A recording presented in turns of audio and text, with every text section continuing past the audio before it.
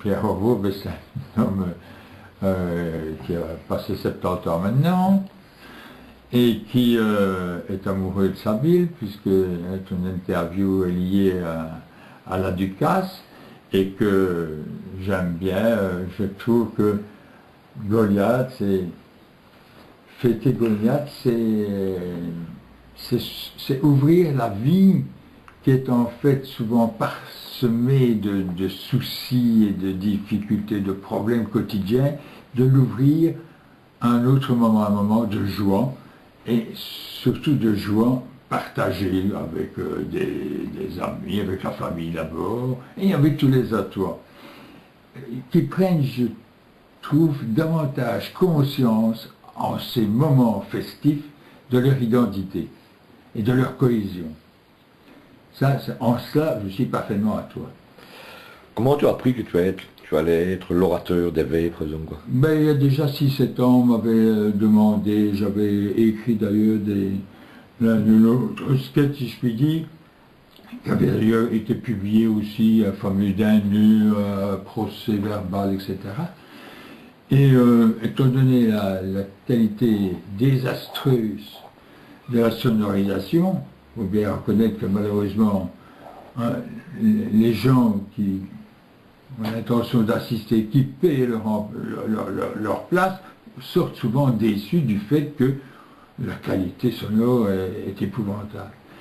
Et donc j'avais dit non, je venais justement cette année-là d'assister, c'est-à-dire en ne comprenant rien du tout de celui qui était préposé cette fois-là au laïus.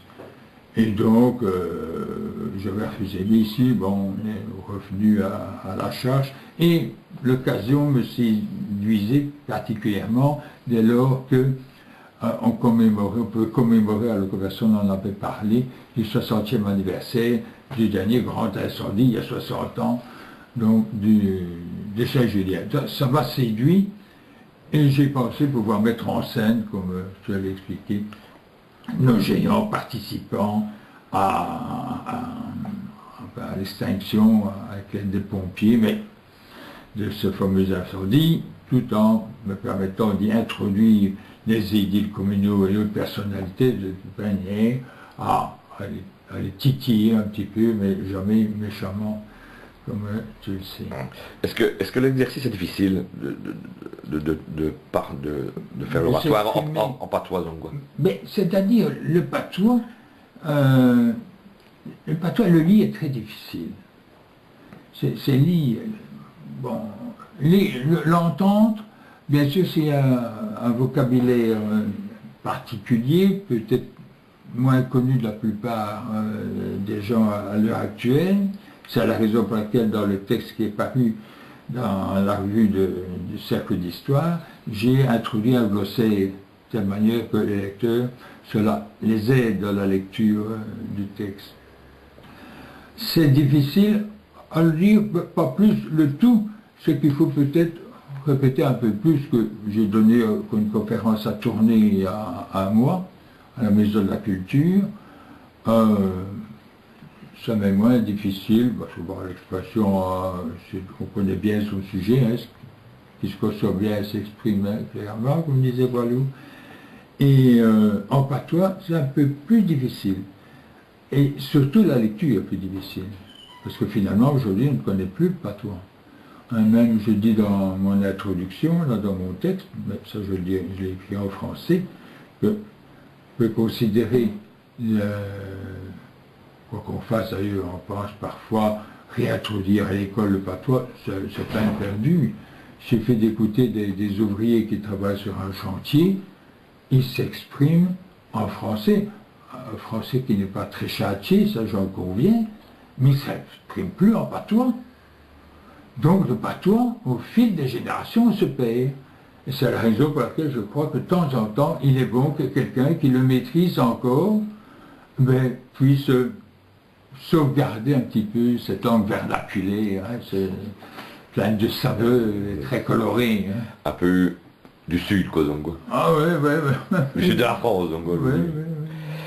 Et tu es passionné de la Ducasse, évidemment, Zongo, je veux dire. Bien sûr. Qu'est-ce qui te plaît dans la Ducasse d'Art, Zongo?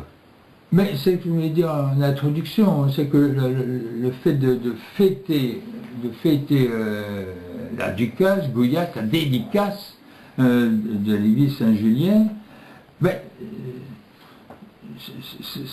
c'est une occasion instinctive finalement des Atois, et c'est de plus en plus marqué au fil des ans, de ressentir qu'il y a une unité entre tous les Atois, et que c'est partager une joie à travers les soucis quotidiens qui parsèment toute notre existence.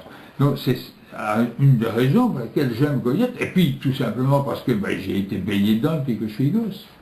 J'ai vu la première sortie en 1946 du cheval Bayard de Sancerre. Il a aménagé, ma femme se rappelle très bien quand il a aménagé ici la rue, la descente de son garage. Donc, le fait d'être baigné dedans, ma mère, mes arrière-grands-parents, étaient là, pas du côté de mon père, c'est du côté de Namur, oui, mais du côté de ma mère. Donc, imprégné un petit peu de cette substance, je ne peux pas ne pas aimer la Ducasse. En résumé, donc, bon, c'est pas trop long, je dis. Ouais, ton texte va parler de quoi, donc quoi? Le texte ici... Oui, le texte d'éveil, quoi, disons quoi. Donc, le texte d'éveil, précisément, c'est de rappeler, sur le plan historique, de cet incendie, du dernier incendie. Le précédent, ça avait été celui qui avait vu disparaître, foudroyer le cocher de l'église. Le dernier grand, c'est en 1951, donc au mois de mai.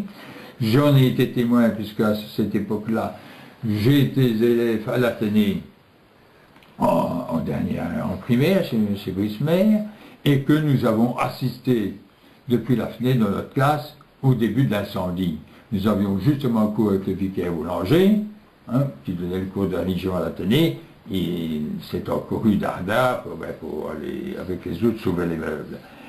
Et donc j'ai eu l'idée d'introduire mon discours à travers cette réalité historique, mais de manière insinue, je pourrais dire, j'y ai introduit la participation des géants pour éteindre l'incendie.